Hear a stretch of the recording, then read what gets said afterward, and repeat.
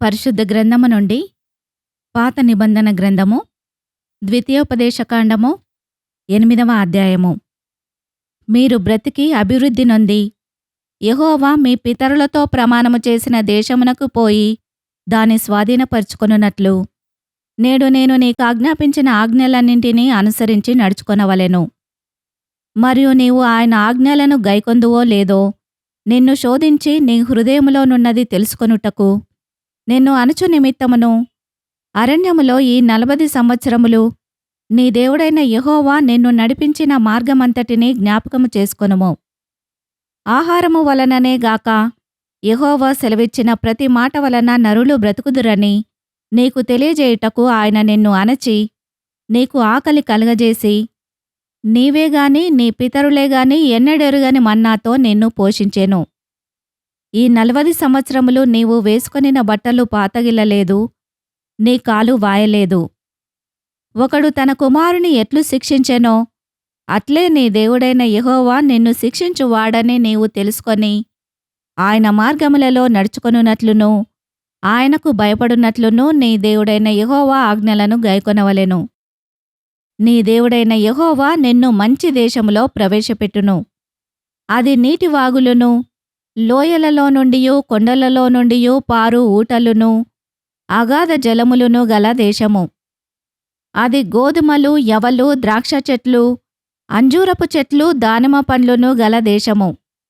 ఒలీవ నూనెయు తేనెయు గల దేశము. కరవు అనకొనకుండా నీవు ఆహారము తిను దేశము. అందులో నీకు ఏ లోపముండదు. అది ఇనుపరాలు గల దేశము. దాని కొండలలో నీవు రాగి త్రవ్వి తీయవచ్చును. నీవు తిని తృప్తి పొంది నీ దేవుడైన యెహోవా నీకిచ్చిన మంచి దేశమును బట్టి ఆయనను స్తుతింపవలెను.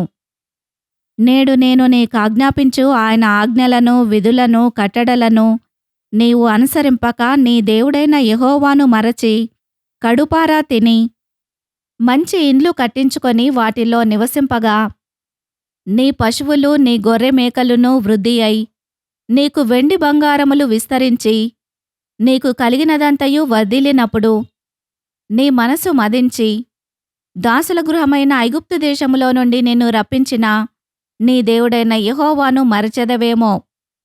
తాపకరమైన పాములును తేలును కలిగి ఎడారి అయి నీళ్లు లేని భయంకరమైన ఆ గొప్ప అరణ్యములో ఆయన నిన్ను నడిపించెను. రాతిబండ నుండి నీకు నీళ్లు తెప్పించెను.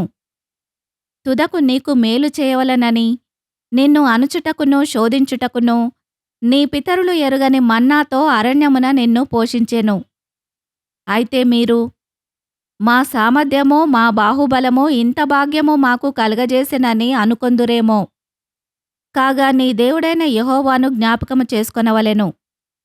ఏలయనగా తాను నీ పితరులతో ప్రమాణము చేసినట్లు తన నిబంధనను నేటివలే స్థాపింపవలెనని మీరు భాగ్యము సంపాదించుకొనుటకై మీకు సామర్థ్యము కలగజేయువాడు ఆయనే. నీవు ఏమాత్రమైననో నీ దేవుడైన యెహోవాను మరచి ఇతర దేవతలను అనుసరించి పూజించి నమస్కరించిన ఎడల మీరు నిశ్చయముగా నశించిపోదురని నేడు మిమ్మును గూర్చి నేను సాక్ష్యము పలికియున్నాను.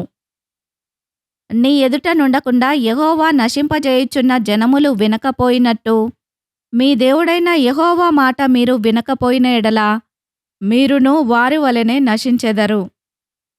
ఈ వాక్యమును విన్న మిమ్ములందరినీ దేవుడు దీవించునుగాక. ఆమెన్.